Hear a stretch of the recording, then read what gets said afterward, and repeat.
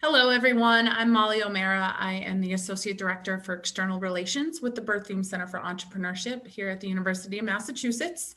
Thank you all for joining us. It's an exciting day that is 6 months in the making.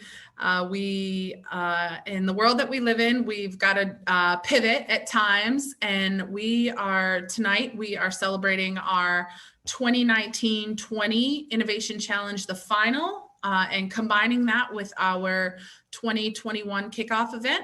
So quick rundown for tonight. We will have our 4 finalists from last academic year pitch for the final. We give away $61,000 in equity-free funding tonight. Our judges are here. We have 4 judges on Zoom with us. And then while our judges go to a breakout room to deliberate, we will provide a condensed version of our kickoff, which typically is programming of all of the innovation and entrepreneurship resources here on campus. We're just doing a slightly condensed version of it.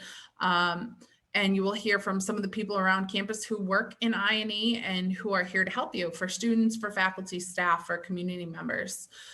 So without further ado, I will turn it over to our Executive Director, Gregory Thomas. Good evening, all. Next slide, please.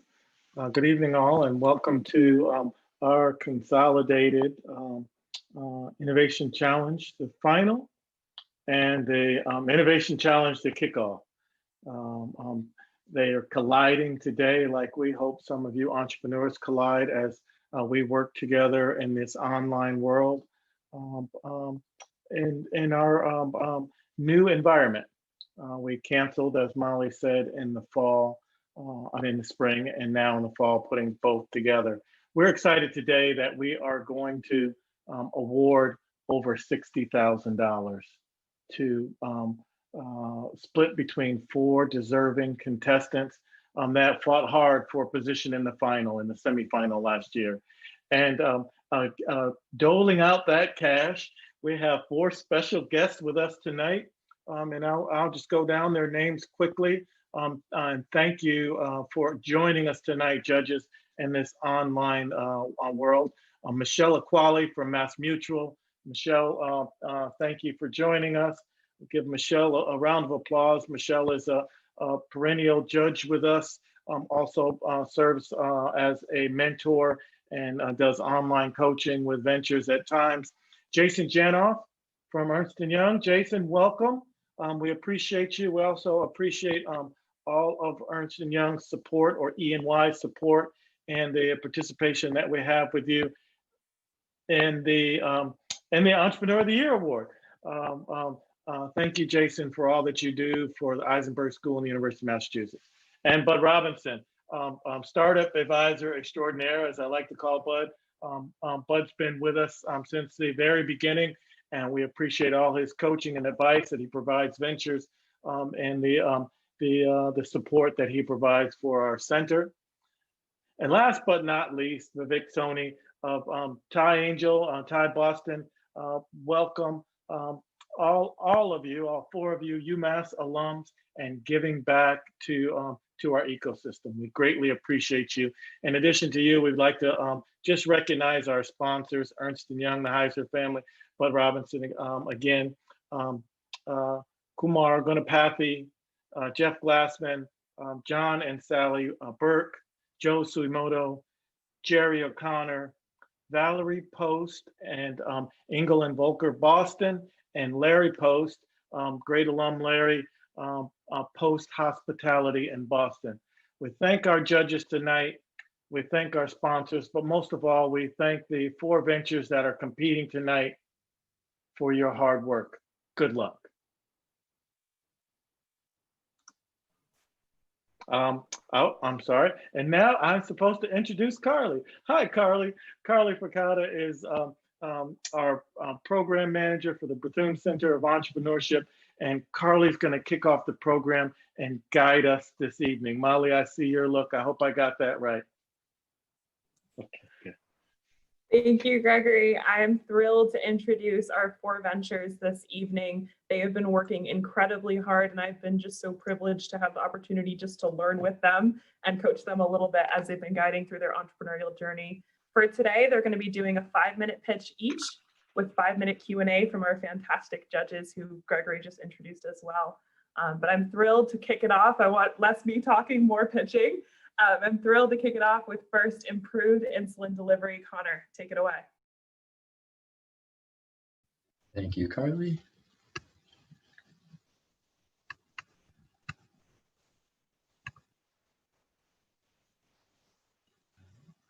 And I can start whenever.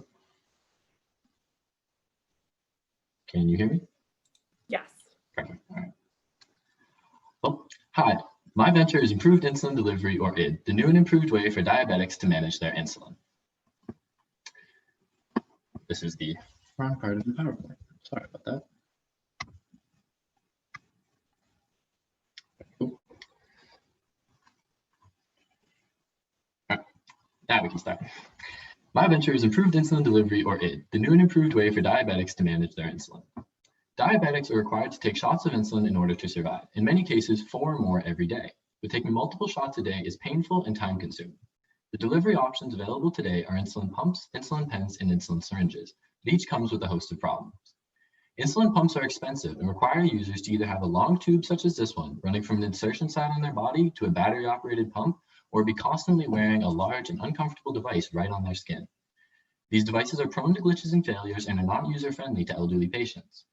Insulin pens such as these ones are easy to use because all you have to do is turn the dial to select the amount of insulin you require, but you're still required to use a new pen needle every time and are left injecting yourself multiple times a day. Insulin syringes are similar to pen needles in that you're required to use a new one every day and are left injecting yourself multiple times a day, but these tiny devices are also hard to use for anyone with limited dexterity or impaired eyesight. When I was growing up, my grandfather moved in with us and he was a type 1 diabetic. He lived with diabetes with absolutely 0 complications for over 75 years. But as he got older, he developed arthritis and began struggling to use the syringes he used to take his insulin. He didn't want to get a pump because he didn't understand the technology, so he was left giving himself 4 injections a day when he was 87 years old. My name is Connor McFarland. At age 17, I was diagnosed with type 1 diabetes and it changed my life. I had to reinvent my diet, and as a college student and an athlete, given the unpredictability of the dining halls and participating in physically demanding sports, and especially given the time restraints caused by class, managing my insulin regimen has not been easy. But since I'm also an engineer, I developed a more efficient insulin delivery system called Improved Insulin Delivery, or ID. The ID is compatible with pre-existing insulin pens, but requires users to take fewer shots, produces less waste, is quicker, less painful, and requires diabetics to carry less with them overall. The images on your screen are the latest designs of the ID. Although it may look large, standing at only a centimeter tall, the ID is tiny yet durable, enabling wearers to live a full and complete life without limitations. The ID is a revolutionary wearable insulin delivery device that bridges the gap between multiple daily injections and pumps. It is able to reduce the number of times a diabetic must inject themselves from 4 or more a day to once every 3 days, meaning at least 1/12 the number of injections or over a 90% reduction. You insert the ID once every 3 days, and during that time period, you never have to stab yourself again. All you do is open it, attach the pen, press down the plunger, pull it off, close it, and you're done. All you need to carry with you is your insulin pen. I am the founder, designer, and lead engineer of the ID team alongside mechanical engineer Alana Painmasters. I'm now working with her and a multitude of companies both on and off campus to develop our product and get it to market. I've also worked extensively with the Perfume Center to develop our business model. There is a huge market for these products. Currently, there are over 32 million diagnosed diabetics living in the United States alone, and that number is growing by almost 2 million a year. The ID has the ability to improve the quality of life for all diabetics, but especially young and active diabetics, as well as elderly patients or anyone with limited mobility in their hands. By 2025, analysts predict that the insulin delivery devices market will be worth over $7 billion in the US alone and over $20 billion worldwide. Our current business model has us licensing our technology to an existing corporation and receiving our main revenue from royalty payments. The box shown here is a 10-pack of Medtronic Quickset infusions. A box like this will cost you around $150 and will last you less than a month. Our product will be very cheap to produce because it is primarily plastic, and as shown by the price points of similar products, can be sold at a huge profit. Our customers are the giants of the insulin market, such as BD, Medtronic, and Novo Nordisk. These are multi-billion-dollar corporations who spend billions in research and development of products like the ID. Now, since I thought of the ID 12 months ago, we've come a long way. In October of 2019, we filed our first provisional patent with New York-based patent attorney Intellectual Law, and we're still working with them to this day. We've begun prototyping of the device, and using advanced 3D printers, we've been able to create a proof of concept prototype and are now working alongside a local medical device manufacturer as well as a product development company to create a mold for liquid injection molding. And I had the opportunity to participate in the National Science Foundation Customer Discovery Program, ICOR, where I completed 35 interviews of diabetics, parents of diabetics, diabetes educators, and endocrinologists to learn more about our target market and ensure that we are really creating as user-friendly a product as possible. But now the big question, what's next? The very next step for our venture is to create a fully functioning prototype using advanced 3D printers and off-the-shelf resources. This will enable us to create a mold for liquid injection molding. We not only want to prove that the device can work, we want to prove that it will be cheap and easy to manufacture on a large scale. But just as important as the device itself is our intellectual property protection, which is why we are currently drafting a non-provisional utility patent application for filing this October and simultaneously working on an international patent application for filing under the Patent Cooperation Treaty.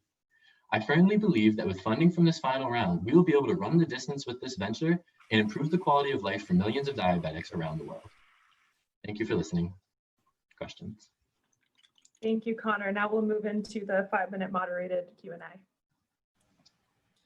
Connor, why don't you unshare screen so we can see you and we can have a better view if you don't mind? Absolutely. Excellent. All right. We'll start with Bud Robertson. Bud, do you have a question for Connor? Just a comment too. My dad was diabetic and he started doing this at like 80 years old. He passed away last year, 94, but he had every 4 times a day he did this, and it was go to screens and logarithms, et cetera. So I think this is a very good idea. The question I had is, I'm a member of Launchpad Angel Investing Group, and we've seen things like this come through. So if I go on the internet, I find a lot of these wearable type things, these devices. Like you said, maybe what is your advantage versus if I go on and look it up? There's page after page of devices that do sort of like this. What is your special sauce that they don't have? Yeah, absolutely. Is it okay if I share screen again, Molly? Yep, by all means. Awesome, because I actually have it.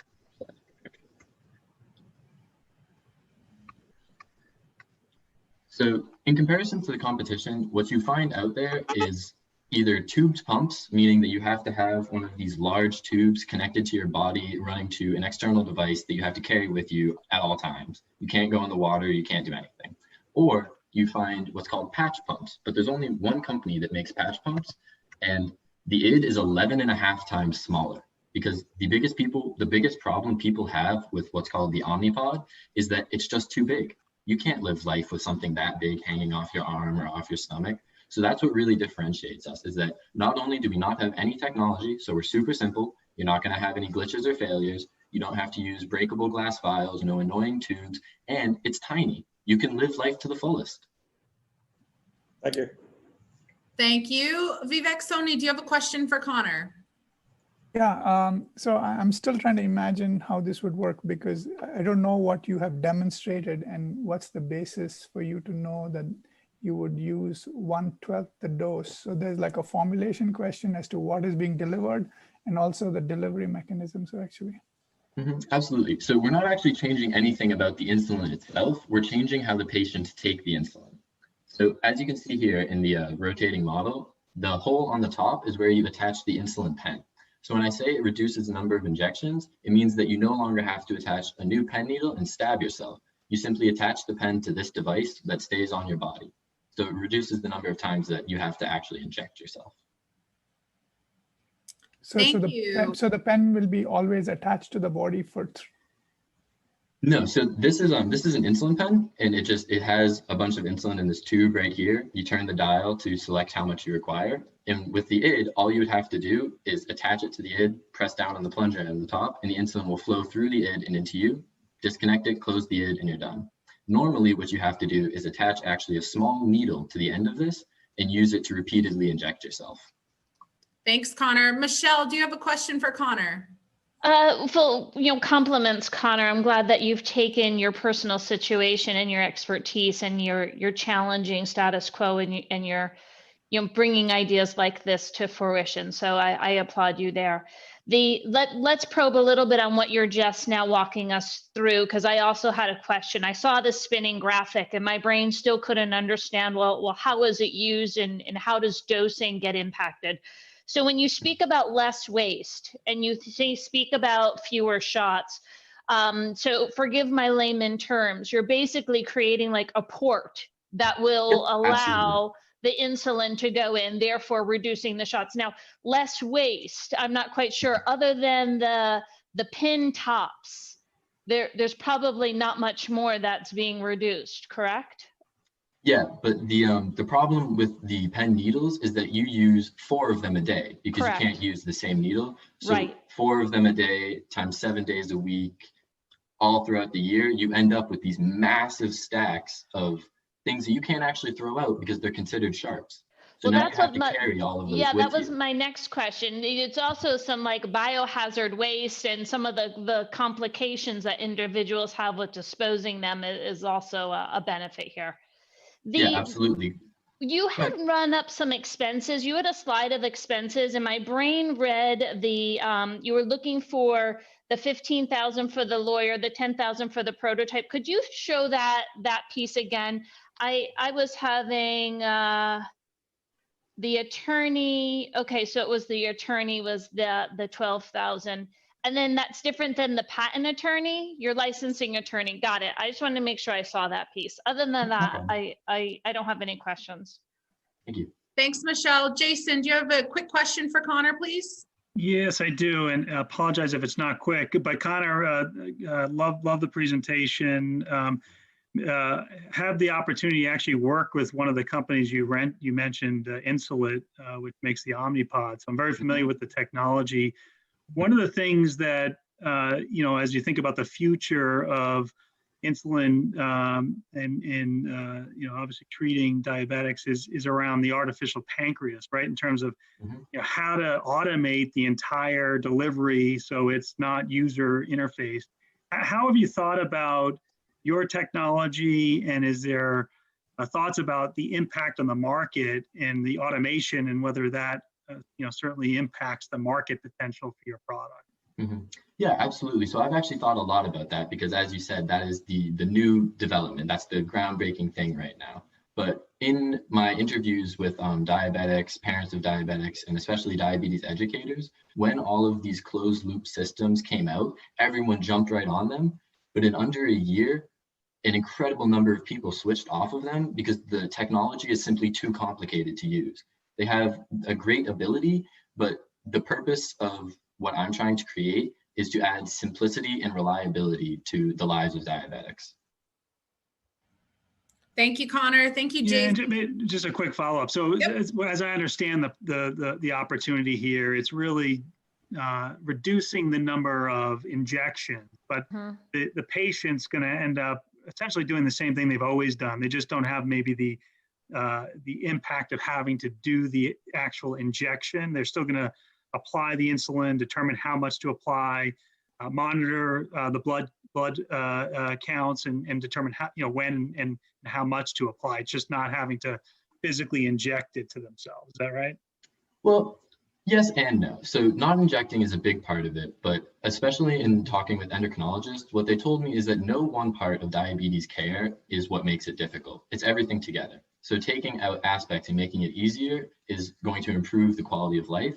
But along the lines of talking about like counting carbs and doing the calculations for how much insulin, they are coming out now with what they call smart pens. Medtronic actually just purchased a startup that makes these, which does all of the calculations that an advanced pump would do, but you don't have to have the tube hanging off of you or the large Omnipod on your arm at all times.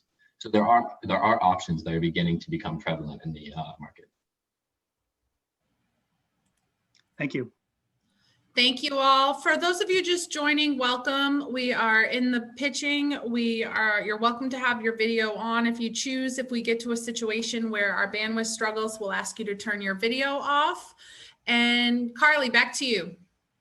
Fantastic. Thank you, Connor. Next up, we have Matt with Kiefer Games.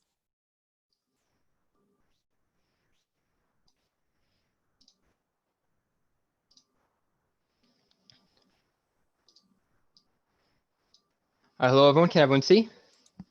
Yes. Yes. Hello, everyone. Kickoff Games builds clever games for creative thinkers.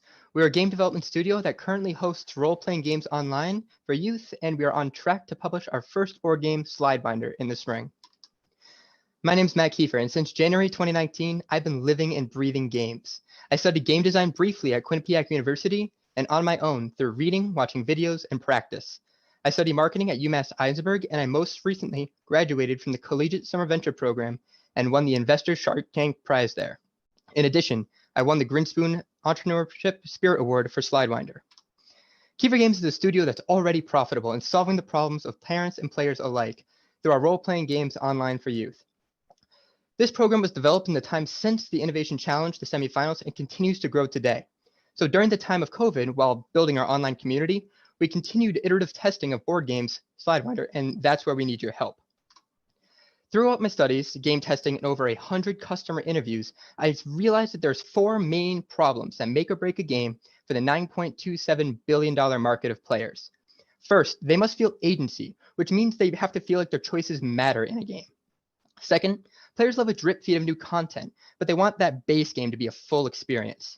Third, players sometimes feel like games drag or take way too long to finish. And lastly, they struggle finding enough people to play with if a game requires more than 2 people. So Slidewinder is our solution. Slidewinder is an innovative blend of chess, a dynamic moving board, and some secret game design innovations to keep the action intense and every move a calculated risk. Players are free to think creatively and shape the board in order to get an edge. And the most important innovation of Slidewinder is that dynamic moving board, because the choices players gain with this new tool gives them agency. And unlike other games in this genre, Slidewinder comes with all of the pieces for both players to enjoy, and this will be true with our expansions as well. And Slidewinder keeps the attention of players for that hour and stops at the high point, which makes players feel satisfied and want to play again. And it's perfect for staying at home and staying sane because it only requires 2 players to play. So these 4 factors, agency, ethical expansions, perfect time, and 2 players make Slidewinder a win. And we know Slidewinder delivers because we've been testing it weekly since August 2019. We know our game is fun, the rules are clear, and people want to play. We've created over 4 different board prototypes and constantly improving our rulebook for accessibility and clarity. In the top corner, you can see our original board. In the bottom left, when we moved the cardboard. In the center, when we added little runners to keep the pieces in place. And in the bottom right, our newest version and the one that's going to be manufactured at scale. And our players love our game. They say it's a completely different experience that fully captivates both newcomers and veterans to the board game hobby. And we know Slidewinder delivers because this summer, through the Collegiate Summer Venture Program, we upped our game and conducted over 100 customer interviews. We learned all about who plays, their preferences, and we honed our business model and our game design to best solve the problems that players actually have. So for example, when I pitched this game back during the semifinals, I said we would never have an expansion. But since speaking with the customers and realizing what they want expansions that add something meaningful to the game. And that is what we intend to do. And it's because we understand our players and our market that Slidewinder will succeed. And so based on what we learned from our key customer markets, when compared to the types of games our customers already play, Slidewinder has that low time to play or low time to learn, a perfect amount of time to play. It's priced nicely at $60, and it's excellent for staying safe at home because it only requires 2 players to play. And throughout the summer, we worked hard at producing our 4th functional prototype that incorporated game testing feedback and moves us towards our manufacturing goals. And we're on schedule for an early spring release of Slidewinder. After that, we'll continue to build community by offering expansions, creating deluxe version, and once restrictions lift and it's safe, offering game demonstrations and tournaments. So we estimate if we go with plastic injection molding, we'll be able to make batches of this game and make up to $90,000 in profit just on the initial print run. We're communicating with Forge and their manufacturing contacts to choose the best methods to produce Slidewinder. And if we choose instead to print each game as Slidewinder using a 3D printer, we would make around $25 to $30 per game. So today I ask you to help me to move on to mass manufacturing, and we need $40,000 to cover the tooling, printing, marketing, and distribution of this game. We'll turn that $40,000 into 2,000 games, which will generate $120,000 in revenue or $90,000 in profit. Thank you so much for your time and attention, and I will see you on the board. Thank you so much, Matt. We're going to move into 5-minute moderated Q&A with Molly. All right, let's start the other way. Jason, do you have a question for Matt?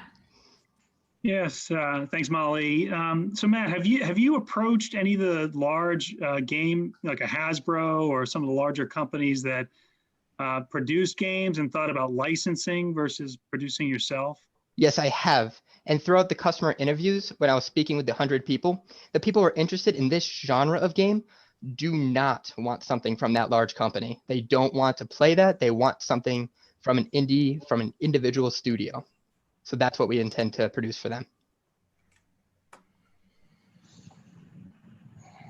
Thank you. Michelle, do you have a question?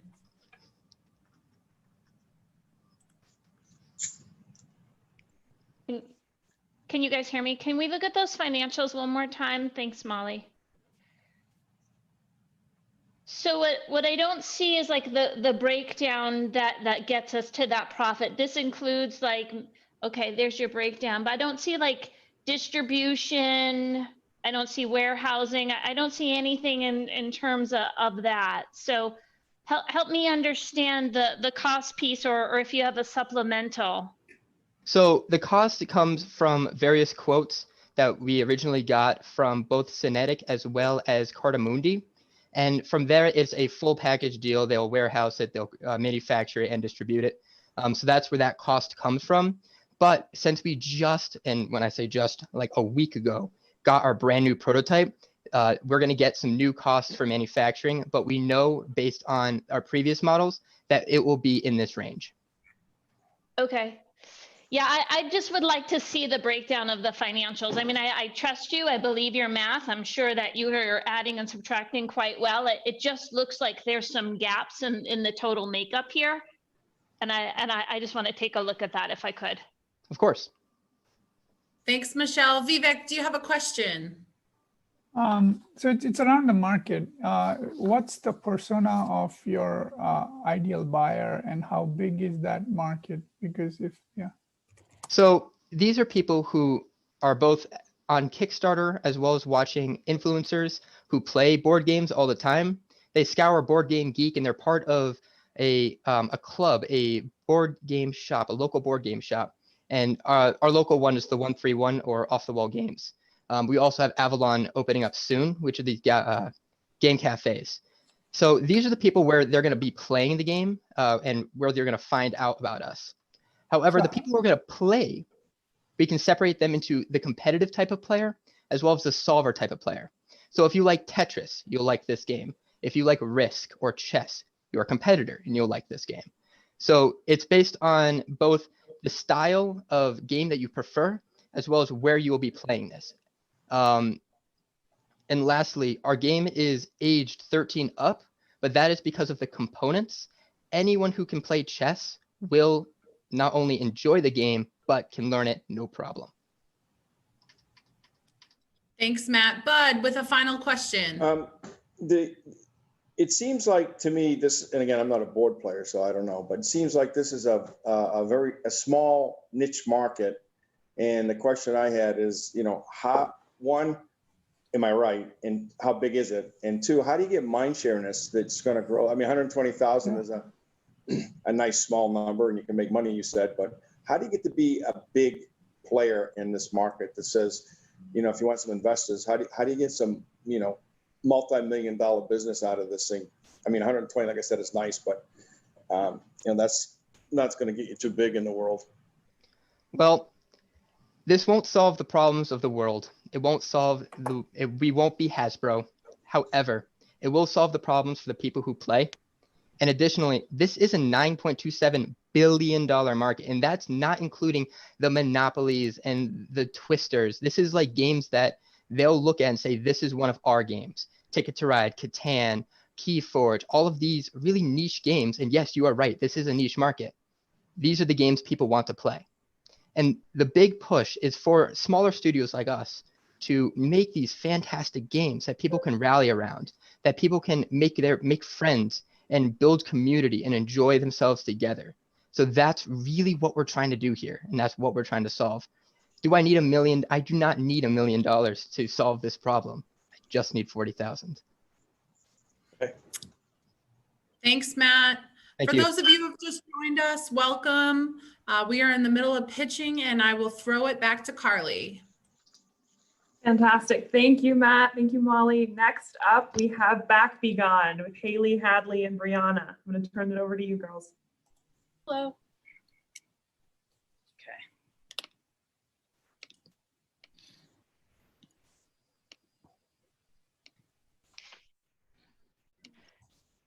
Can everyone see our screen okay? Is it loading? It's loading. All good? Okay, there. Just 1 second. We are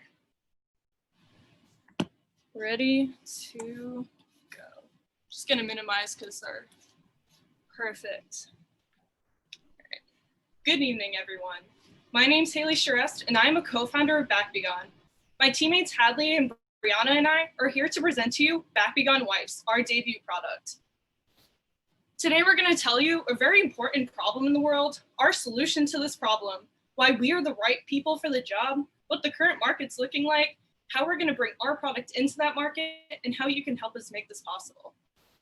So methicillin-resistant Staphylococcus aureus, or MRSA, is a bacterial superbug that's acquired in hospitals and is resistant or untreatable by nearly every antibiotic we have at our disposal. Because it's so difficult to treat, it's extremely dangerous to acquire, and MRSA has been identified as a pandemic pathogen. This has two meanings. Not only is MRSA the most common secondary infection that hospitalized COVID patients currently have, it itself is a microorganism that poses a global catastrophic biological risk. The World Health Organization calls MRSA the most important health issue of the 21st century. No one is safe from a MRSA infection. In fact, 2 billion people across the globe carry this pathogen on their skin, and an estimated 700,000 deaths occur every year. So what's our solution? Back Be Gone Wipes. So Back Be Gone Wipes have an organic, non-toxic, antimicrobial cleaning agent in them that has the power to kill pathogens on contact. Our product is wiped on a surface, removing that current bacteria while also preventing further contamination for up to 2 months. So why are we the right people for the job? Well, Hadley and I are both undergrad STEM majors at UMass, and Brianna is a recent grad STEM major as well, who right now is actually working in pathogen research. We were mentored by world-renowned scientist Dr. Margaret Riley, and it is our shared passion to change the world through our research. We have also been working with ImmuCell, Forge, Smith Consulting, and Organison Scientific. So our target market is hospitals and healthcare systems because we envision Back Be Gone making its biggest, most life-changing impact in these institutions where these infections are acquired and can therefore be prevented. As someone who's worked in healthcare, I've seen firsthand the devastating impacts that these infections can have on an institution. And after speaking with several institutions, we realized that there is a need for a product that performs above and beyond. So our competitors are other disinfecting wipes that use bleach and alcohol-based active ingredients such as Clorox, Sanicloth, and Lysol. While these bleach and alcohol-based derivatives their antimicrobial activity is severely limited by time, they're toxic to the user, and they have devastating impacts on the environment. So why are we that much better? Well, our active ingredient is a bactericin. So our bactericin is actually used as a food preservative. So right away, we know it's safe. It's also active for a very long time. So in this experiment, in the bottom corner, you see how we put our drug down, and then on the top corner, we put bleach down. We let that sit for 10 minutes and then put MRSA on that surface. As you can see, nisin is still killing, but bleach, well, there's a lot of bacteria on that plate. Yeah, and as Haley mentioned, bactericins are safe. So if I pour bleach in your yogurt, you're probably not going to want to eat that for breakfast. But if you ate yogurt this morning, you ate our active ingredient, and it's in your belly mixing with the blueberries. So yeah. So our product status, our product's no longer a concept. It is a reality. This is our formula right here. It's ready to be put on a wipe, impregnated, and brought to market. So how are we going to make this happen? Well, the first hurdle we need to jump is intellectual property. So since we did conduct our research in a lab and we found this invention in the lab on campus, UMass has the right to invest in our company and work with our IP. So if they do choose to invest in us, they'll move forward with the patenting and we will license from them and work together. However, if they relinquish that right for any reason, then we ourselves will immediately move forward with the patenting and licensing process. However, from there, everything else is the same. Then we have to manufacture a pilot quantity so that we can get that EPA tested. So in the United States, you need to be EPA approved to legally sell. So once we have that confirmation, we'll mass produce this product and take it right to market. So we truly believe that BackBeGone can make a great impact on the world, but unfortunately fortunately, we need your help to make this possible. So we are requesting $45,000 split between our patent and licensing fees, the EPA approval process, our pilot manufacturing costs, and market research. To tie it all back together in our current pandemic, unfortunately, we've seen the devastating impact of pathogens. However, this has brought to light the importance of preventative intervention to negate the spread of these diseases. Together, we see BackBeGone making this impact and changing those lives. BackBeGone saves lives. Thank you. Thank you, founders. We're now going to move into our 5-minute moderated Q&A. Okay, well, let's start with Bud Robertson. Bud, do you have a question for BackBeGone? Sure. The question I have is, do you have any data that shows how much, one, you're better, and two, have you thought about how you're going to get into the hospital marketplace? I mean, these things are being, not this specific, but the wipes are being sold today probably through a distributor and bought through some purchasing agent in a hospital. So the question is, how do you think you're going to break into that, assuming this is better than everything else, to break into that where it's only it's a niche product, it's an important product, but it's a niche product within a broader spectrum of what people are selling? Yeah, those are great questions. So first, I'm going to address the data. So this lab notebook right here is actually our research that has the answer to why it is better. And then supported by many different publications that we started our research with, it shows how long this bactericin lasts. Yeah, so a bactericin is a protein, so it is more stable by nature than these inorganic molecules like bleach. So the bleach deteriorates quicker on a surface than a protein would. And then to answer, is there anything else you want to add? And also just to add to that, this was only the first bacteria we tested, and that's how we found it. However, this year alone, we've already expanded this to 6 other bacteria and have found success, and those are escape pathogens. So we can easily continue this research to find other targets other than just the niche MRSA. And then as far as breaking into the market, so I actually work for a nonprofit foundation I work for the biggest institution in this nonprofit foundation that has over 100 locations across the US and internationally. And we were previously owned by Boston Children's. So I've spoken with the infection control nurse and I've said, hey, we have this, we have this product that theoretically we can kill MRSA, right, as we wipe it and prevents it for 2 months. What do you think? And she said, yes, that's awesome. So the healthcare workers, they know what the problems are in hospitals, what things are causing diseases. So they're eager to have a product that can kill them and, really can make a difference. Okay. Thank you. Vivek, do you have a question? Yeah, I have a quick question. So this has been used, I guess, in a wipe application. Is it possible to use it like a gel so that someone can wash, their hands? So we decided that we were going to move forward with the wipe to start, just because it's what people are using right now. It's the most convenient way for a doctor to walk into a room and wipe down a bench. But like Hadley mentioned before, it is so stable that you can put it into a gel. You can put it into a spray. You can put it into many different uses. You can aerosolize it. It's been used. You can cover it with wounds. You can put it into cloth. So not to say the sky is the limit, but the sky is kind of the limit. Thank you. Michelle, do you have a question? I do. And it's a follow-up to this, and it's really in the context of this recent COVID world where there are no wipes. So if this solution is something that you can manufacture and distribute in a form like the gels or the aerosols, which actually are easier to obtain right now, My question is, why would we go down a path of the wipes and do we even understand what's the distribution barrier where we're not as a country producing these wipes? So, do you understand that barrier? And if and yes, you understand it, then why are we still pursuing the delivery means or the method or the form with this barrier in place? So that's an excellent question. And honestly, part of what we've been thinking lately. So as we've seen, the materials themselves are hard to come by due to the pandemic. So we've actually been looking into if we use this as spray. We were actually, for some transparency, we were out of the lab until about a month ago. So we weren't allowed to conduct research from the moment UMass closed until the moment we were able to get approval back on campus. So it's funny that you mentioned that because that was our next step to say, okay, we can't really obtain wipes right now. Can we use this as a spray? It's just a quick and dirty, in and out, hopefully can make an impact without having to wait. Great.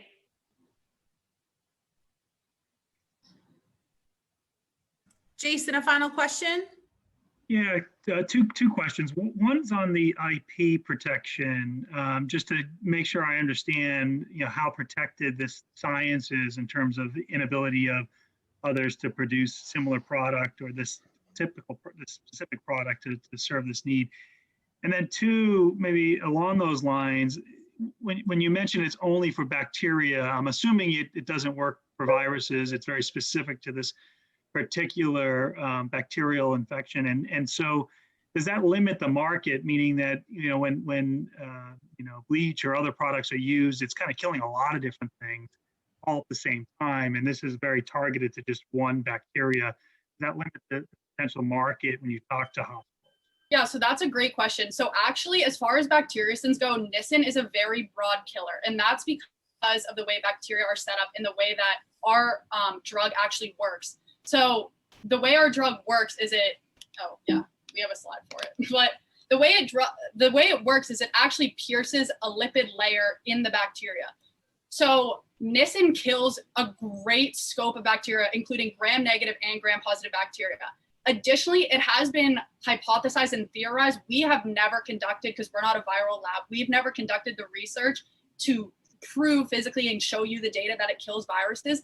But because it targets this lipid layer, it does have the hypothesized potential to be able to kill viruses. And that's something that we would show in the EPA testing. It's just we can't tell you that data because we ourselves have never conducted it. But it kills a wide range of bacteria, not just MRSA. It's just this is a huge issue. So we thought we would bring that up.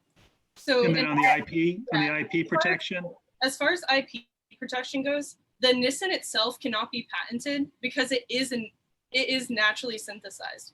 However, our formula itself can be patented. So we can protect the formula. Anyone can put together you can buy a bacteriocin, but if you don't have it in the proper form or in the proper formula, you're not gonna get the killing efficacy that you see in our product. So yeah, my key question on that is, if this, let's say, gets to the market, can you prevent others from producing some similar type of product that has the same effects? So we've been in discussion with how we would go about the IP. So if we go towards an IP of usage, so using nisin as a disinfectant, that's the way we'd want to go, so that we could have the protection as using this nisin as a disinfectant with this formula. And obviously there's a lot for us to learn because we don't know if we're going to be making that argument yet, or if hiring someone to do it, or if UMass will be working with us to do that. But we've had the idea that we will want to patent nisin's formula's use as a disinfectant, if that answers your question. Thank you. Excellent. Thank you, Back Be Gone. Back to Carly. Thank you all so much. Fantastic. And last but not least, we have real-time sports with Noah and Sam. All right, we'll just share our screen real quick.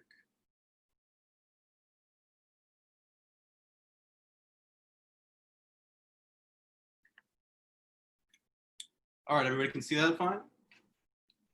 All right. Good evening, everybody. My name is Noah. This is Sam, and we're here tonight to talk to you about the modern sport viewing experience. Sorry about that. So we're here tonight to talk to you about the modern sport viewing experience. So you have these professional sports teams, leagues, and stadiums basically trying to figure out how they can best engage their fans. And some ways that they currently do that are 1, via social media. 2, you have these companies such as William Hill, that's a sports book, opening these very lavish lounges within expensive stadiums. And then a third one is something a little more traditional, and that's music. And all 3 of these just give fans a way to feel like they're a part of the game they're watching. And a big macro trend that we've noticed within the industry as a whole is second screen viewing. And what that is let's say Sam and I were watching the Celtics-Lakers game, but we're probably also watching another game on the computer over here and probably doing something else on our phones at the exact same time. And within this gigantic $150 billion global space, we have traditional sports betting players such as Bovada and casinos, as well as daily fantasy sports such as DraftKings and FanDuel. In terms of barriers to entry, people don't want to bet against the house. People don't want to see their money disappear without knowing where it's going. And in terms of daily fantasy, the games are overly complicated, lots of math. And in fact, 1% of the users on DraftKings and FanDuel are winning 99% of the money. It doesn't take too long on Google or the internet to see headlines like this all over. People are starting to realize that they're getting the bad end of the stick on daily fantasy. What we want to do is combine the best aspects of daily fantasy and sports betting into a product that you can use while you're watching games and predict live events before they unfold. We plan to be fun, simple, social, and engaging. So to paint a picture of the progress we've really made, 1 year ago today when we first entered this contest, all we had was an idea on a napkin. We had no technical expertise on our team, and the idea then was quite frankly very different than it is now. But in the last 6 months, since the semifinal, obviously we've had a lot of downtime, and I think we've really been able to take advantage of that. So in that time, we've executed over countless rounds of user testing. We've had a very successful brand marketing campaign against Instagram, Twitter, TikTok. We also have a podcast and blog. And then in terms of app development, we've gotten to a point now where we're nearing a full-scale launch. Noah is correct in everything he said. No exaggerations. Over the 200 user tests that we've conducted, these images aren't what we want our app to look like. This is what it currently looks like. While you're watching a game, whether you're in a stadium or on your couch, you can play along with simple to understand questions such as, will LeBron James hit his next shot? Or which team is going to have more passing yards in the next 2 minutes? This is a game that anyone can play. In fact, by emphasizing the social aspect of it, as you can see on the right, as Noah plays, I'll be able to see what he does and decide if I want to go with or against his action. And to emphasize the group aspect of it, you can play in private groups with your friends for free or try your hand at our public contest for an opportunity to win money. We plan on monetizing our application through entry fees into our public contest while also utilizing advertising as well as strategic in-venue partnerships. And a big question is who we're going to go after with this product, right? And that's a twofold approach. On the right, you have your very diehard sports fans. In our mind, we're going to get to those people either way. But you have the people on the left who we view as the more casual fan, and we really want to provide them with a product that has such a low barrier of entry that they can engage like they've never been able to before. And how we're going to get to that market segment is we're going to be more engaging, social, and convenient than all of our competitors. So really what we're looking to gain out of this competition is allow ourselves to really get to the next point. And what we need is $35,000 to kind of round out our engineering and really drive home and make us scalable. And then once we're at that point, we're looking for $10,500 to really bring us to a full-scale launch. And let me tell you why we're the right team to do it. Not only is our team incredibly diverse, with 2 Eisenberg students here, but our third co-founder, Chad, is a recent graduate from the Tufts University Computer Science program.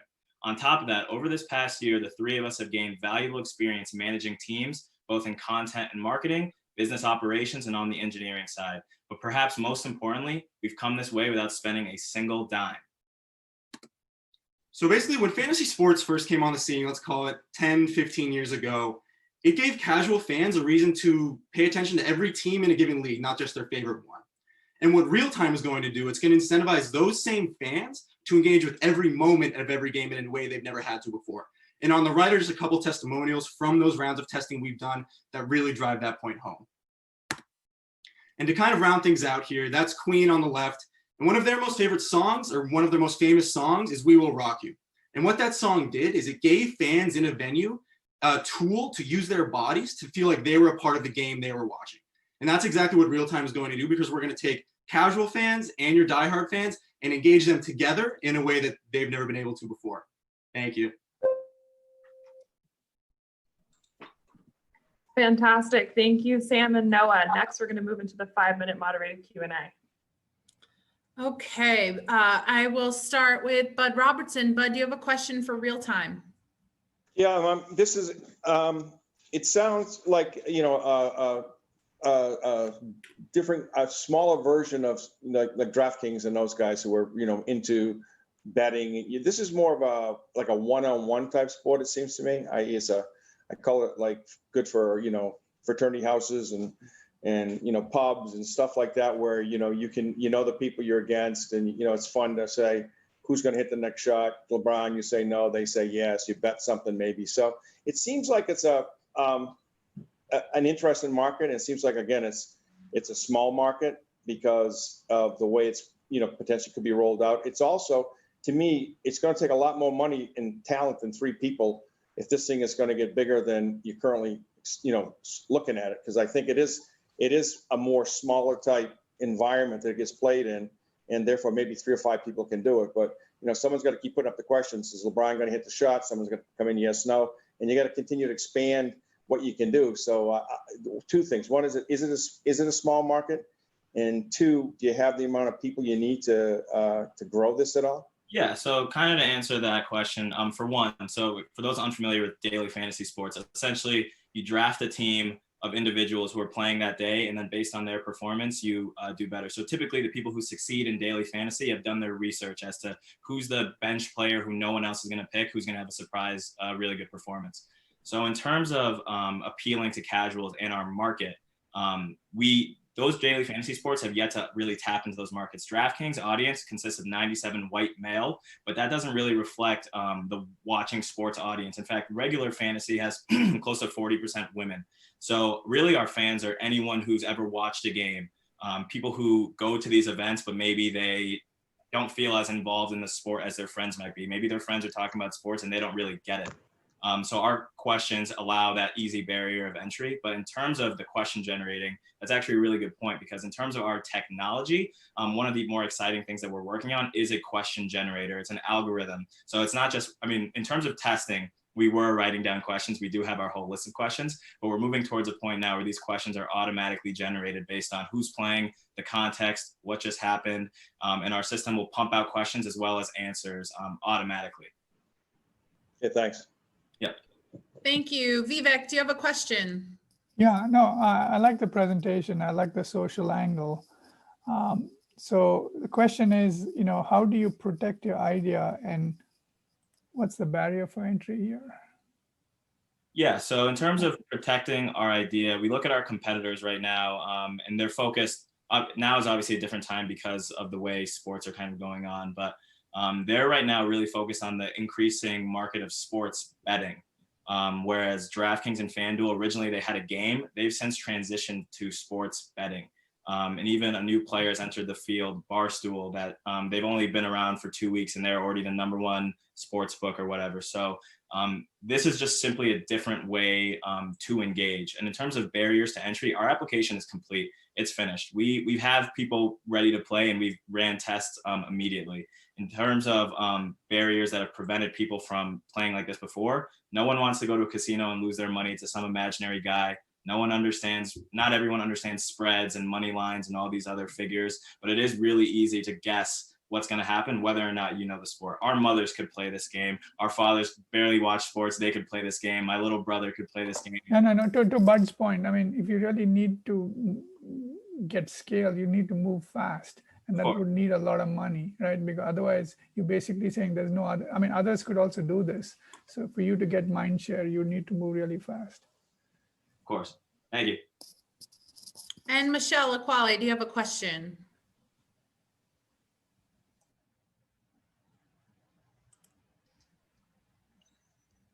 Michelle, you're muted. Yep, sorry about that. I was saying that, you know, perhaps I'm showing my geeky side. Can you tell me a little bit more about your technology infrastructure? So clearly the gaming piece is intriguing. The social aspect of it is intriguing. I'm not a huge fan of betting, but I understand the delight that others find in betting.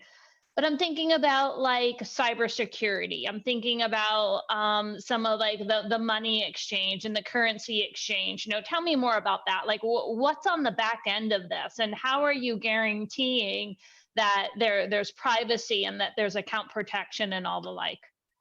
Yeah, so to actually speak on that, obviously that's probably the most important thing we have to worry about. Obviously holding people's credit card numbers and things like that has to be very tight, very locked down. And that's honestly the reason part of the reason we're in this competition, is because some of the money that we could gain from this competition would go directly to that and gaining outside help to really make sure that is as secure as it can be. And kind of just going on a little bit more about our back end. So the technology itself right now, so in terms of payment, we're looking to integrate Stripe. So in terms of simplicity, I'm no engineer myself, but with Stripe, we would pay for access to their API.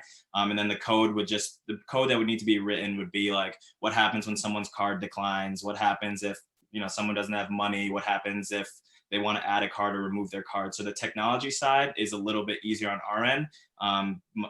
Then obviously you do the Stripe integration, but also I think what's exciting about our technology is how versatile it can be. So we do want people to enjoy the second screen viewing experience on their phone, but also we could take our question generating algorithm. We could go to TD Garden, we could go to Fenway Park, we could go to Dunkin' Donuts Park in Hartford where the Yard Goats play. They're a minor league baseball team, but you could have our questions on these Jumbotrons in front of so many people who want to be engaged. You have to think about going to sports events as an event. People want the whole experience. Maybe they drove 45 minutes away. Maybe they're going to stay in the city at night.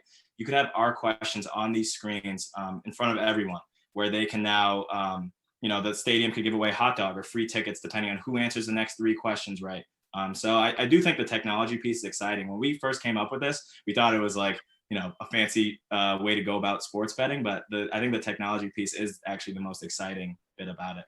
So I thank you for that. The $35,000 ask feels incredibly light when you're thinking about cybersecurity and you're thinking about, that type of, that part of this. So I have a little bit of a question mark there. And then the gaming on the big screens in the stadiums, that wasn't part of your pitch, I don't think. You were talking more about free if I play with my friends, or I pay to play if I'm playing in a public arena. That would be like a different revenue stream? It wasn't in our pitch. 5 minutes, okay. Talk about so much, but the 35,000 figure number, trust me, we thought that was really low as well, but based on all the consulting we've done and consulting with Chad and other people who've done this before in the startup ecosystem, that's about how many hours of work it would actually take to integrate all of that. I remember when I was working like a summer internship at Mass Mutual or whatever, and they were working in robotics, so I actually am amazed to see how easily now some of this stuff can be done. But yeah, no, we didn't mention that in our presentation. Only can go with so much in 5 minutes. Yeah, no, I get it. Good job. Thank you. And a final question from Jason Janoff, please. Yeah, so 2 questions. One on the licensing in terms of the betting element of it. Have you started to think about what types of licensing is required by law in each of the states to be able to provide this kind of betting element? And then 2, the DraftKings, obviously, high flying recent IPO, but, really not expecting to be profitable anytime soon because of the huge amount of marketing spend that's necessary to really drive usage in a way that, makes the business model work. Have you thought about what you think it will take in terms of marketing dollars to get this out in front of potential customers? Yeah, so to kind of answer that first question about the licensing and the legality behind the actual betting piece. So our app, there is no betting. All of our questions have no odds tied to them. You're not betting per question. You're just like paying $5 to enter this contest, which is the same entry fee structure that DraftKings and FanDuel do use. And then you enter this contest, you answer questions for the Celtics-Lakers game tonight, and then it's like first, second, third, get their payouts, if that makes sense. So there's no actual betting, so we kind of fall under the same game of skill that daily fantasy sports does. Yeah, and in terms of licensing, so if we wanted to use player images and likenesses, there are companies out there that are licensed or accredited by these sports leagues that we can rent data from. So on our payment slide, like we were looking to raise money to pay for an API. So essentially what that is, it provides us not only with team logos, likenesses, but also to add to our technology piece, it provides us with real-time live data. So for example, we will know what's going on in every single court and field and game, so that when we do ask a question, will LeBron hit his next shot, we will immediately know whether or not that happened. But then to answer the question about user acquisition, in a way, DraftKings and FanDuel did us a lot of favors 8 years ago. There's a reason why we know why they exist. They took a lot of bullets in terms of the legality structure of it, but also they spent so much money on customer acquisition. At some point, they were spending close to $20 million a week. But in terms of how we plan on acquiring users, it's easy to sit here and say virality, but we do hope to have a product that's a lot stickier than DraftKings. People don't necessarily want to tell their friends about DraftKings, only if DraftKings is offering them some bonus for doing so. We hope that the value of our application comes from being able to play with your friends, being able to say, hey, like, you want to play with me? Not to mention, Noah and I have the advantage of all the great networks around us already. We both obviously go to UMass Amherst. We're both athletes here. So on the track team that we're on, we have access to so many people already, not to mention the 200 people we've already tested with. So we do hope that once it's able to already be used, people will be willing to just share it with more people. And also to add to that, in economic, I'm going to cut you off, Sam. I apologize. Don't worry about it. We're over time. Thank you all so much, judges, for your questions, Ventures for your pitches. Sarah O'Connell on our staff is going to wave her magic wand. Our judges are going into a breakout room for deliberation. We are now going to switch to the kickoff portion of tonight's event. So just bear with us for a second. Sarah's going to work her magic, and then we invite you all to stay with us for 2020-2021 Innovation Challenge, the kickoff.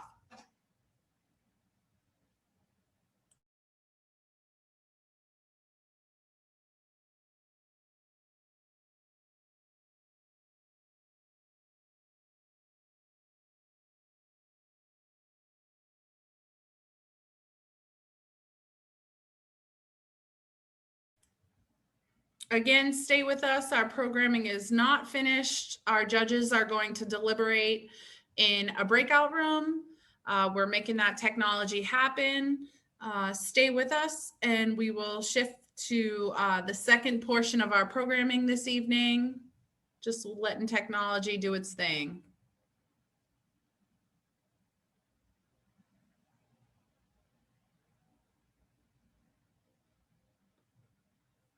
Okay. All right. So I would ask Professor Bruce Skaggs and Professor Sundar Krishnamurti if you could please turn your video on for us. We are, thank you all for supporting your people in their pitches. If you missed my beginning introduction, what we have done is we have taken our 2019-20 Innovation Challenge, the final, and combining it with our 2020-2021 Innovation Challenge, the kickoff. The kickoff event has typically been an evening of resource sharing and pitching for students, faculty, and staff to learn about the innovation and entrepreneurship resources here on campus. Where we've combined those two. So while our judges are deliberating to determine the prize money for last academic year's final, we'll present our resources here on campus. This is hugely beneficial to anyone who's a first year, anyone interested in innovation and entrepreneurship. So I will start with my valued coworker, Carly Furcade, with the Bethune Center for Entrepreneurship. Thank you, Molly. I'm just pulling up my screen. I just want to reiterate a big thank you to all of our ventures for going today. You can breathe a little bit, take a chance, and now we can go on the spot and do some pitches ourselves and talk about some of the entrepreneurship and innovation opportunities on campus. But for those of you who don't know me, my name is Carly Furcade. I'm the program manager for the Bethune Center for Entrepreneurship. This summer, I also previously served as the program director for the Collegiate Summer Venture Program, which one of our pitching ventures, Matt, was involved in this summer as well. So the Bethune Center, as Gregory talked about a little bit earlier, but we support the Chancellor's vision to become the University of Massachusetts supports the Chancellor's vision to become the University of Massachusetts, the higher education destination of choice for students, faculty, and staff who want to become entrepreneurs. and innovators. We also, one of the biggest things I always like to stress is that we're pan-campus in our efforts, meaning that we work with all students from any level, any academic discipline, and graduates within the last decade. So that's any major, undergrads, PhD, master levels, and again, alums from the last decade. They're all of these opportunities that I'm about to talk about are available to all of these students. So we have something going on related to entrepreneurship and innovation every single week. So you're at our kickoff this week and the Innovation Challenge. Next week, we'll have a startup boot camp. This is all of our programming for October, but again, something going on every single week. You're all invited to pop in as you see fit. None of these things have registration, so you're welcome to pop in for any of these startup boot camps, depending on when you need support and help. Again, they're never lecture-based because they're co-curricular programming, so they're interactive sessions to help you venture build. We also have 5 fantastic MBA fellows that are joining us this semester. They're all on this call. They're really exciting, wonderful people. I really recommend that you pop in for office hours with them in our online incubator. We also run something that you're attending right now, our Innovation Challenge and competition, where it's a 4-part innovation entrepreneurship competition where we give away over $85,000 of equity-free funding every year. So as we wrap up the spring with the final, the applications for the minute pitch, which is our next stage, typically our first stage for the fall, applications open tomorrow. That's a competition where if you can do a quick minute pitch, that's a perfect opportunity for you to compete for $2,500. New for fall, we have 8 fantastic innovation and entrepreneurship scholars who are joining us. They're first-year students who have a venture that they're working on with our fellows through different programming opportunities. I also want to say a quick plug, if you are a first-year student or a transfer student on this call, we'll be accepting 10 new scholars next semester as well. It's an opportunity for you to get funding, support, and additional support to help you build your venture throughout the semester. We also, I mentioned this a little bit earlier, but we run something called the Collegiate Summer Venture Program in partnership with Valley Venture Mentors in downtown Springfield. It's a fantastic opportunity that's open to all 14 colleges and students from the 14 colleges and universities in the Pioneer Valley. So if it's something you're interested in, we run it every summer. It's 10 weeks where you work with fantastic EIRs, mentors, and seasoned entrepreneurs throughout the summer to really help you build a venture. We also work with 3 really great entrepreneurship clubs, Entrepreneurship Club, Social Entrepreneurship Club, and the Holt Prize Group. For those of you who aren't familiar with Holt, it's the largest social entrepreneurship competition in the world. These are 3 student-run clubs that are on campus that are still meeting throughout COVID. They're still hustling and building. They're 3 run by several really creative, hustling students who are helping students build startups as well. We hope to see you soon. I'm going to turn it over to Molly to introduce the next speaker. Thank you, Carly. Now Carly's gonna go into the breakout room for deliberations. You're seeing kind of some behind the curtain magic as we do this in this virtual age. Next up, we will hear from Fernley Jaklovic with our tech transfer office. Give me just one second.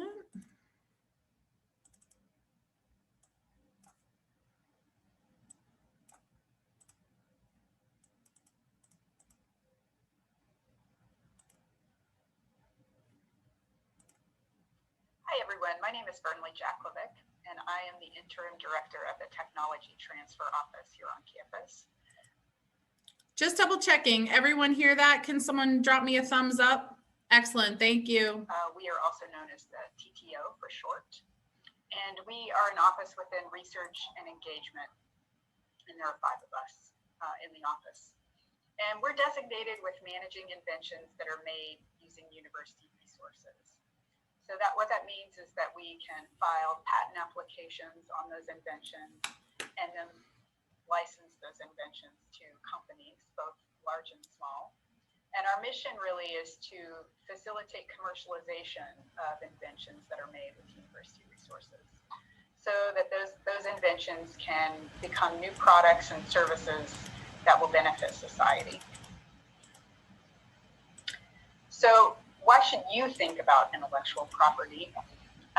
The main reason is that it gives you the legal right to prevent others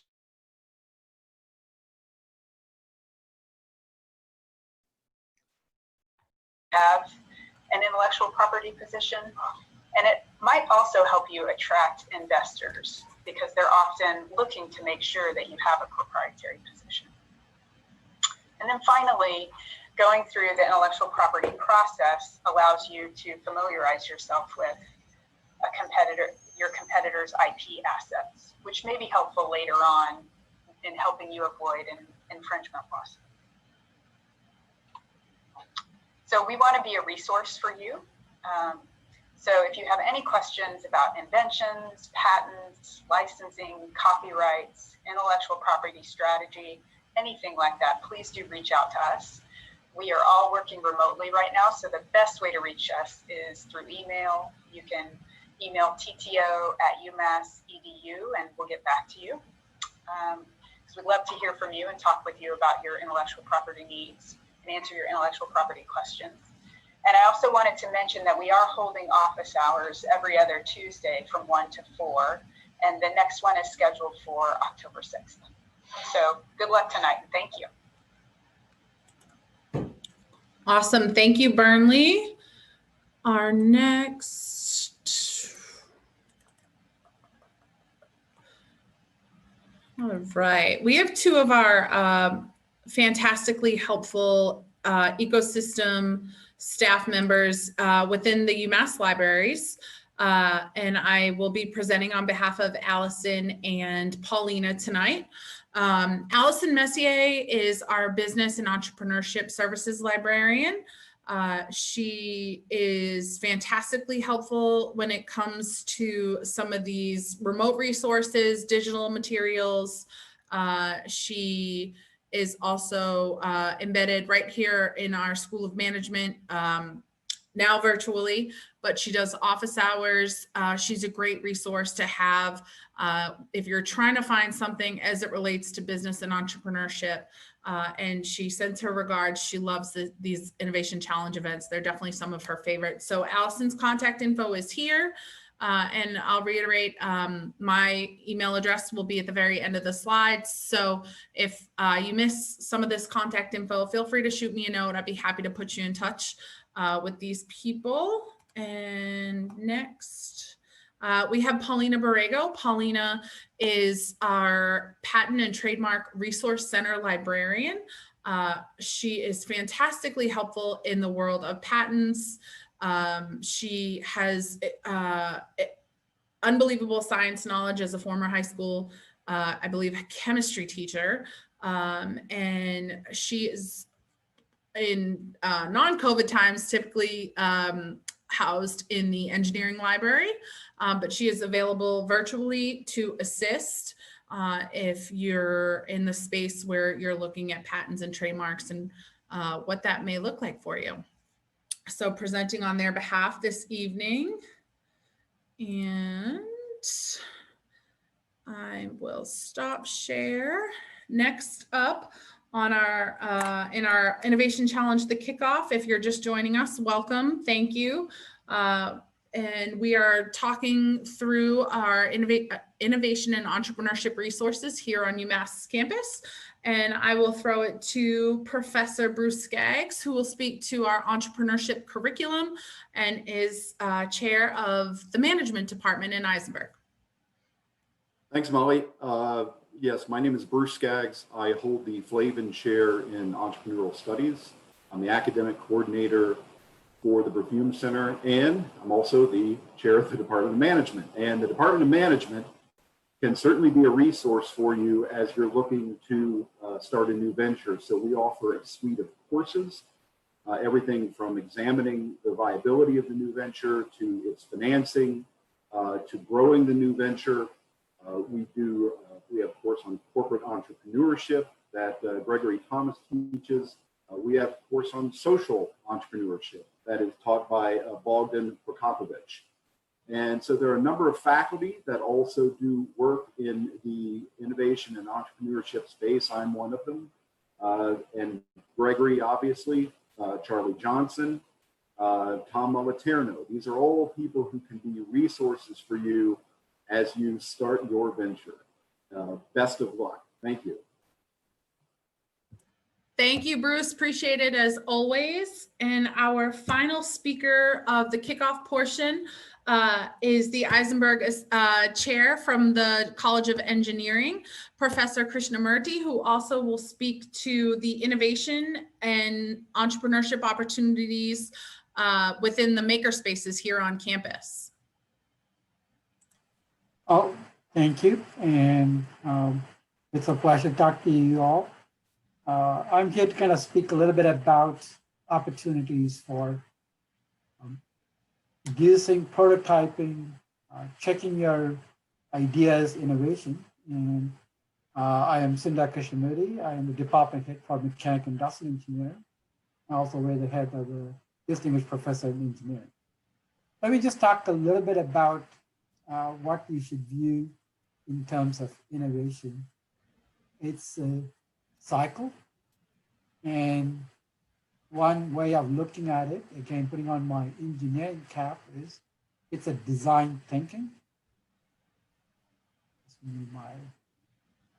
You start with the problem definition, you describe the specs, you formulate the problem, you do ideation, you select, prototype, and evaluate. So I'm highlighting the prototype part. Obviously might differ for different type of people, depending on whether you're doing a software or hardware artifact, and the prototyping will be different for different. Nevertheless, the process involves prototyping as a way for you to test and validate it. Another way of looking at the same thing, and here I want to acknowledge my colleague from the College of Engineering, our entrepreneur in residence, Eric Crowley, who's also in attendance. Eric and I work together, and we look at invention, innovation, incubation as a cycle, and the makerspace is at the center of it. So depending on how you look at it, and irrespective of how you look at it, prototyping and makerspace are going to be an integral part of your exercise. Question then is, what are the opportunities for innovation on campus? Well, a lot of things you heard from different speakers today, and people talked about the variety of activities that we have on campus to help you, enable you, and that range from the Bethune Center for Entrepreneurship to the innovation challenge that we are witnessing today. The one part that probably some of you may not be all that familiar is that we do offer a ton of courses, both in School of Management and the School of College of Engineering and everywhere else, and it's a matter for you to find one. And in fact, we have two in our college. One is a practical medical device design. The other one is the engineering leadership and entrepreneurship taught by Eric Crowley. Looking at the makerspace, the number one go-to place, unfortunately, it is closed now because of the COVID situation. These are all campus makerspace. It is in the complex of College of Engineering now, and we're going to move to a permanent space soon.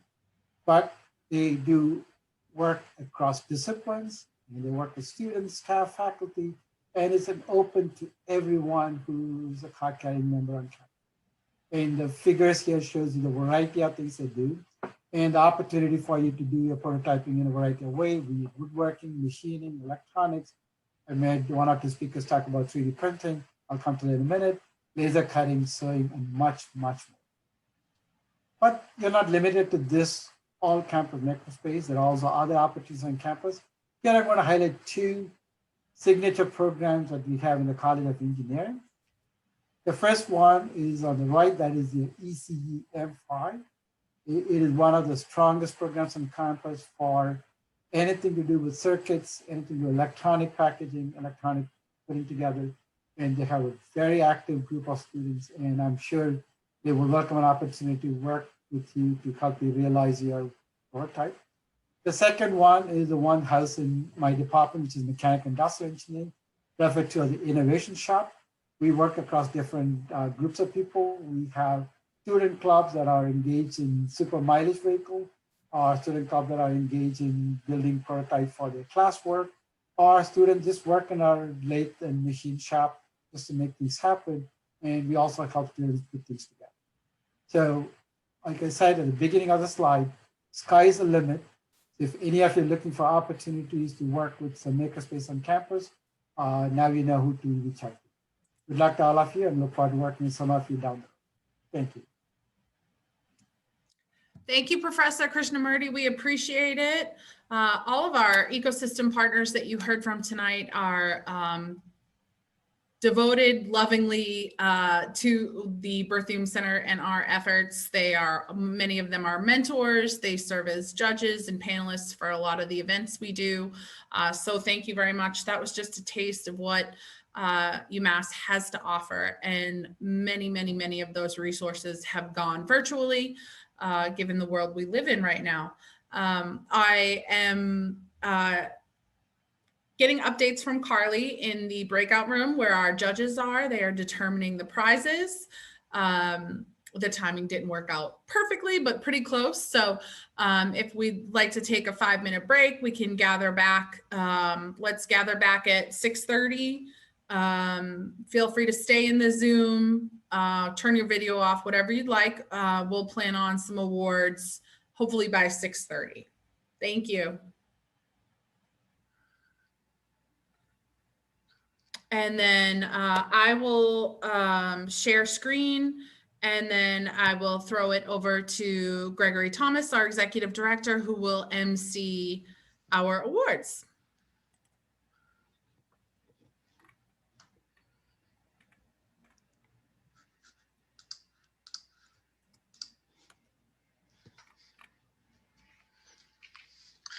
Thank you, Molly. And while that's coming up, I'd just like to give another thanks to our sponsors. The cash that we give out tonight of equity-free funding with very few strings to the contestants of the Innovation Challenge.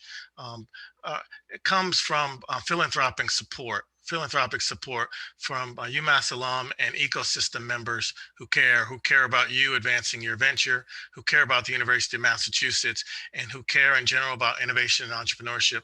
And we appreciate you. Also a thank you to our judges tonight. The deliberations were tough. And I think they made some tough decisions that are different than what we've done in the Innovation Challenge before. And they made decisions like investors tonight, and I greatly appreciate that. There was some strong dialogue that all of the participants, strong and fruitful dialogue that all of the participants will get from Carly. And as we go, Molly, if you put that in slideshow mode before you share, then we won't see the answer.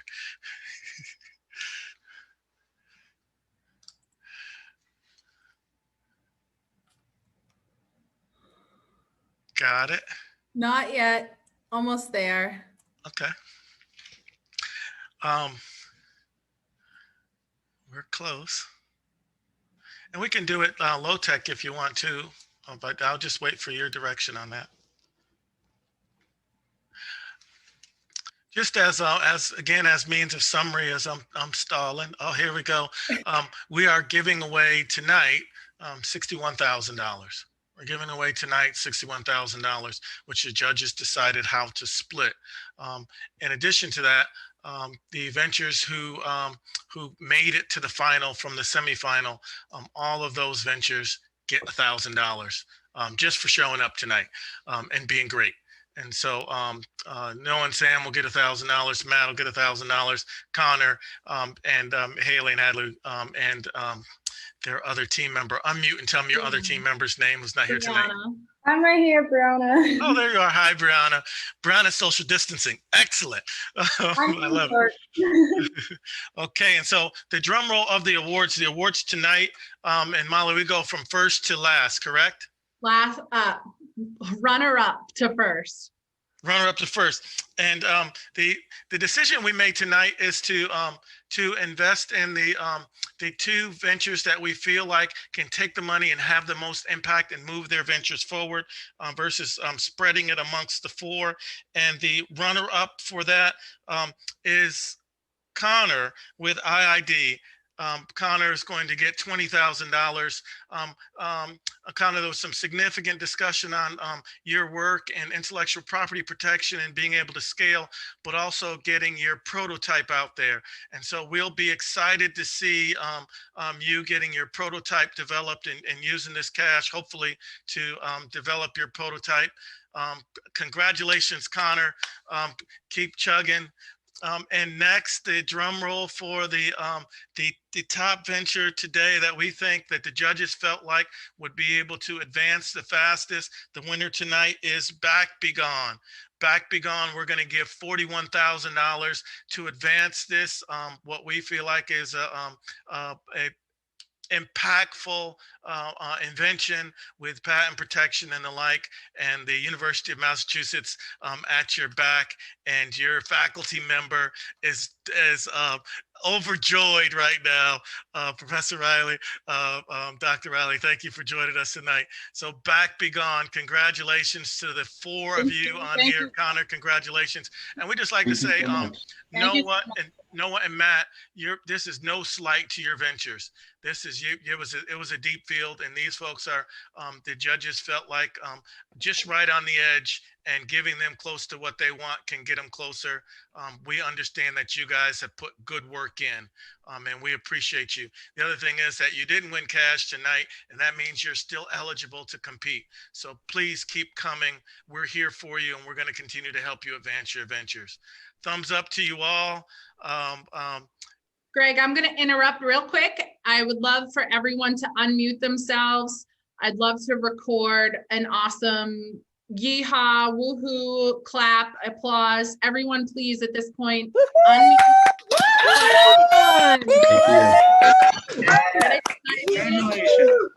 Congratulations. Back Be Gone. This is the time to get excited. Thank you all so much for joining us. Congratulations to our prize winners. Again, if you have any questions, comments, concerns, more information, feel free to shoot me an email. Congratulations to our finalists on behalf of the Berthoum Center staff. It is fantastic working with you all, and we sincerely and dearly miss seeing your faces. So again, another round of applause, loud, take yourselves off mute, and thank you so much. Good job. To everyone. Good job, all. Good job, everyone. And we will talk to you all soon. You'll hear from us soon with more information about our upcoming events. Thank you. Have a fantastic evening. Thank you so much for the event. Thank you so much. You're welcome. Good job. Bye-bye. Bye. Thank you, everyone. Great job, everybody. Great job.